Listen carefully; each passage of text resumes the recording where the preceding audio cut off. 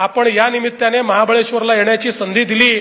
शिंदे साहेबांचं बरं आहे, त्यांचं दरेगाव इथेच आहे, त्याच्यामुळे त्यांना इथे म्हणजे ते इथले भूमिपुत्रच असल्यामुळे त्यांना येण्याची संधी मिळते, पण आम्हाला ती संधी कमी मिळते.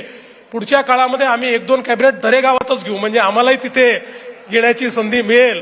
पण हा भागच असा आहे की इथे येणाऱ्या व्यक्तीला वारंवार इथे यावं असं वाटावं, म्हणून शिंदे साहेब इथे येतात. ते म्हणाले खरं आहे की ते इथे आले की तिकडे बातम्या वेगळ्याच होतात, पण ते या ठिकाणी येतात, इथनं ते नवसंजीवनी घेतात आणि पुन्हा एकदा ती नवसंजीवनी घेऊन मुंबईमध्ये जनसेवेमध्ये रुजू होतात.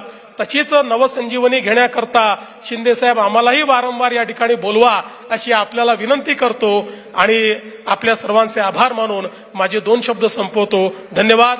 जय हिंद, जय महाराष्ट्र. 12 लाखात 10 गुंठे घ्यायचेत का?